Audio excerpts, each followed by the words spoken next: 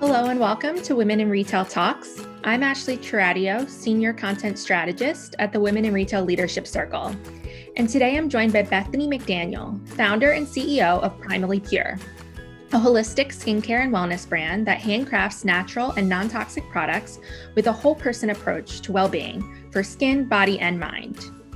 Today we're going to be talking about how Bethany started her business with only $250, the strategies the brand's using to engage and acquire customers to continue its growth trajectory, and much more. So Bethany, thanks for joining me today. Thank you so much for having me.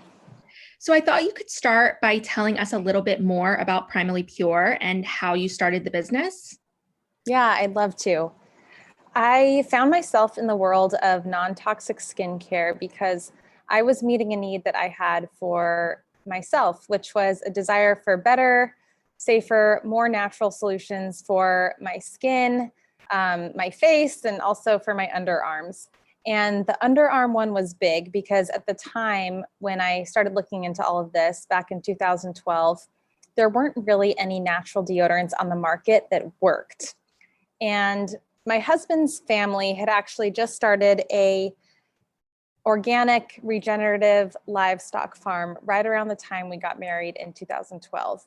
We were all starting to think more about what we were putting into our bodies, and that was kind of the first step.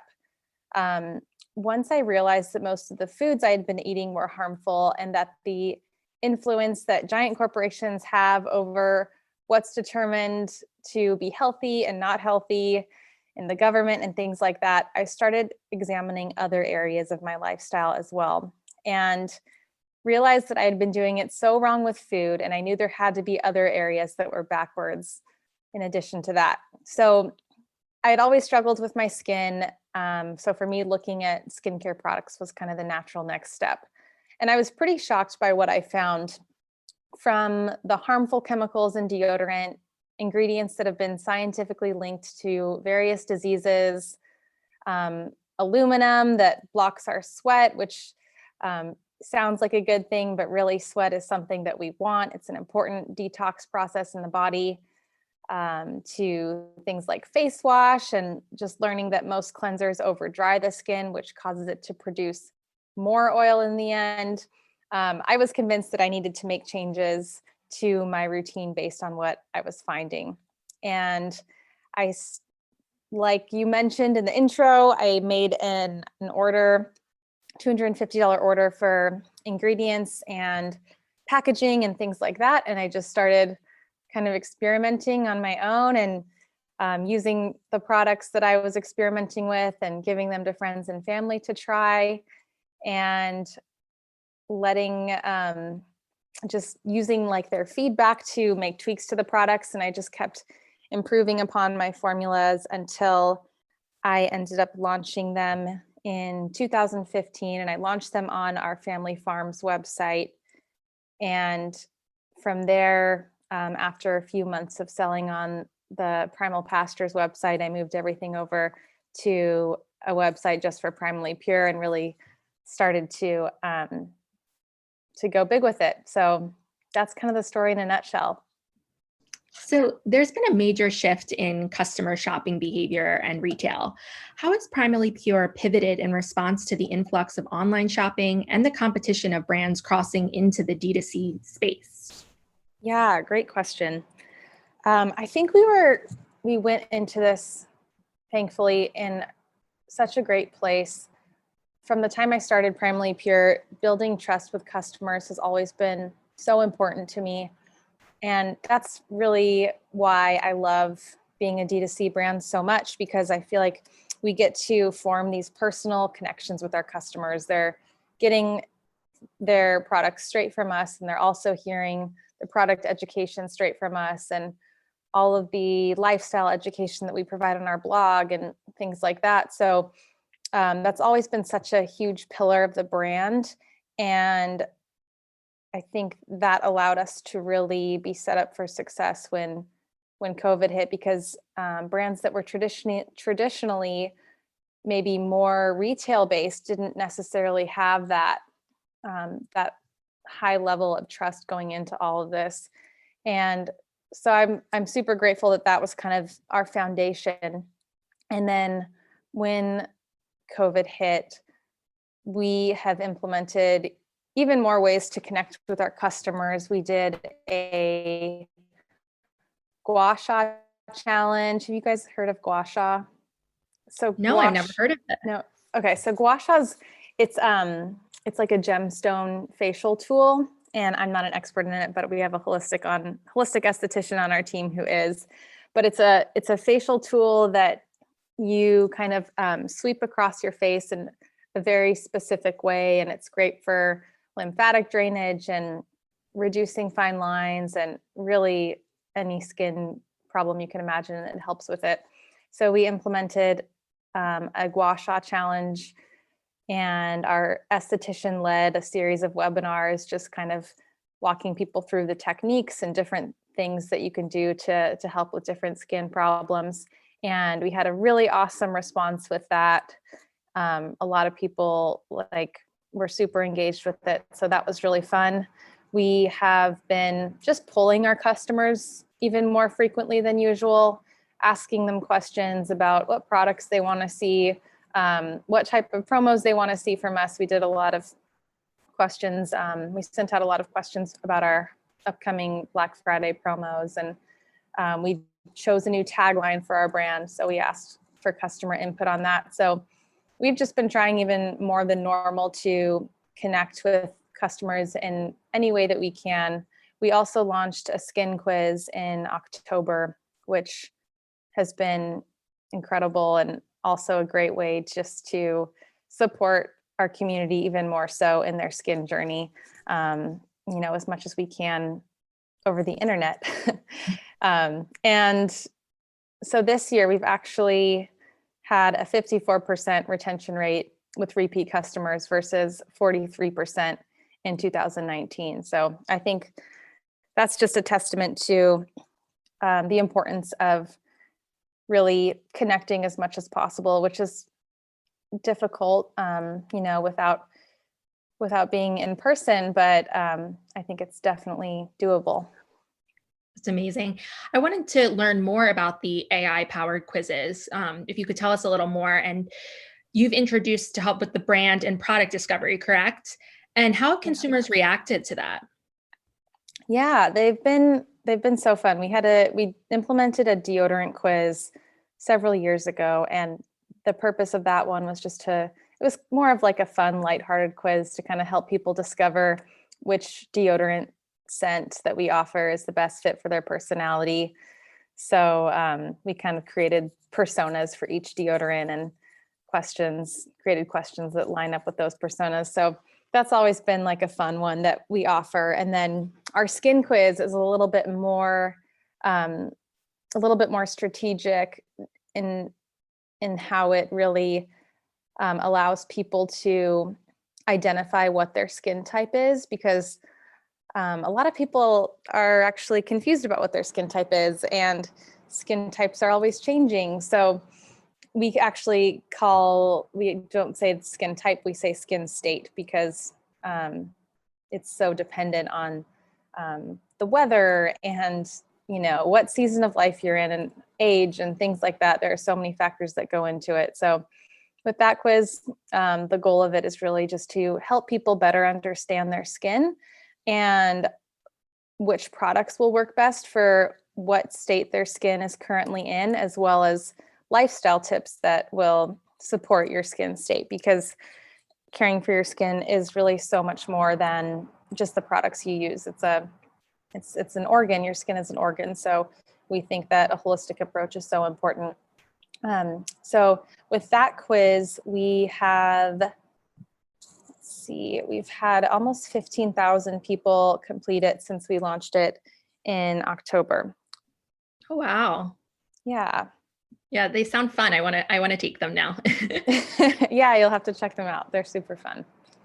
So Primally Pure is aggressively focusing on holiday this year as a key pillar to grow new customer acquisition. Can you tell us more about that strategy? Yeah. At least my hope behind our our holiday line, which is a brand new thing that we're doing. We're releasing 4 new exclusive limited edition products that we've never launched before. And I think we're just wanting to do something extra special this year. I know, like for myself personally, I think I'm just looking forward to the holidays as a time to just kind of feel all of like the warm, cozy feels, and for the world to kind of stand still, hopefully for a bit, and everyone just have the ability to like appreciate those moments and make memories and all those things. And so I think for us, for my team and I, we were just really excited to kind of hopefully be a part of providing that for people and making this holiday season extra special for people, because I think everyone's been through a lot this year in various ways. And so with those 4 new products, we've been increasing our SEO spend, our Facebook ad spend. We've been doing a lot of whitelisting, just different things to start to engage with new customers and also existing customers, and really like increase and add to our community before we launch and unveil these new products. Great. So like you said, 2020 has been difficult, and I'm sure being a leader in 2020 is tough. Could you talk about any strategies you've used to lead your team and to keep them motivated throughout this time? Yeah, in the beginning, like back in March, so we are unique as a company because we do everything under one roof. So we don't outsource our shipping or manufacturing. We do that all at our headquarters in Southern California. Our team does everything. So as well as like marketing, customer service.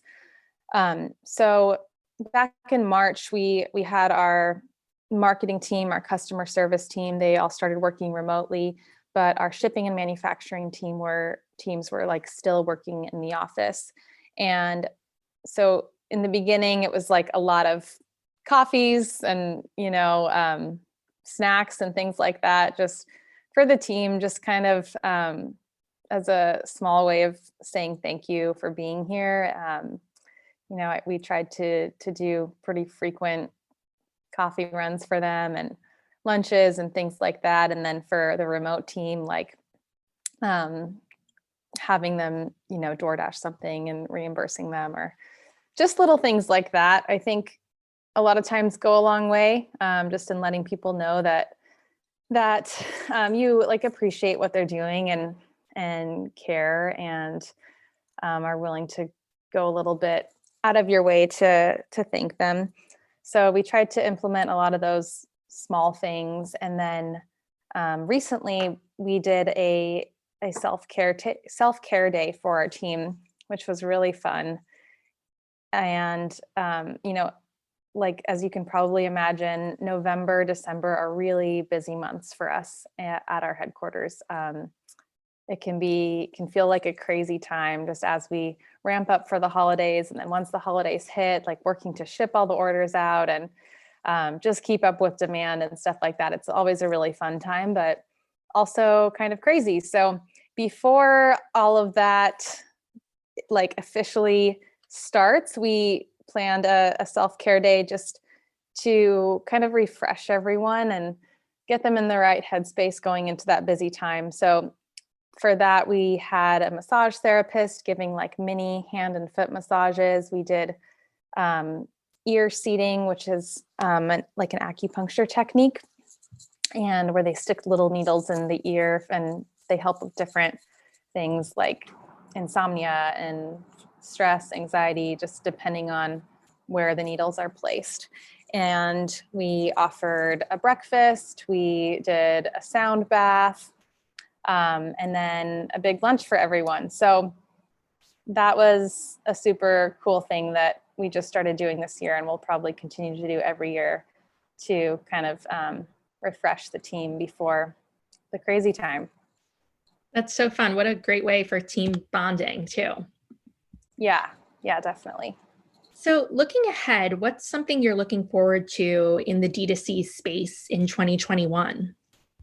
I think it's such a fun challenge to think about, like, how can you continue to connect with people and make your business feel more personal and make the company feel like they're a friend versus, a company trying to sell things, because that's really what we feel like. And it's really fun to think of new ways to connect and engage with customers online. So I'm really excited to continue to focus on that and do more of that. Specifically, we are working on a new, like, an addition to our skin quiz, where we will be implementing an AI piece to it, where people will be able to actually upload a picture of themselves. And with the technology, we can help them identify just what get an even better idea of, like, what their skin state is and what products are really going to be the best for them, and what lifestyle habits and things like that are also going to be the best for them. So super excited about that specifically, but overall just really looking forward to ways to engage and build relationships with our community. Bethany, thank you so much for joining me on this episode of Women in Retail Talks. Yeah, thank you, Ashley. Thanks for listening. For more information on this podcast, please check out our podcast channel page at womeninretail.com for show notes. Women in Retail Talks is available on Apple Podcasts, Google Play, Stitcher, and Spotify. Make sure to subscribe on our podcast channel page as well. If you've enjoyed this episode, please take a few moments to rate and review this podcast. Thanks, and until next time, this has been Women in Retail Talks.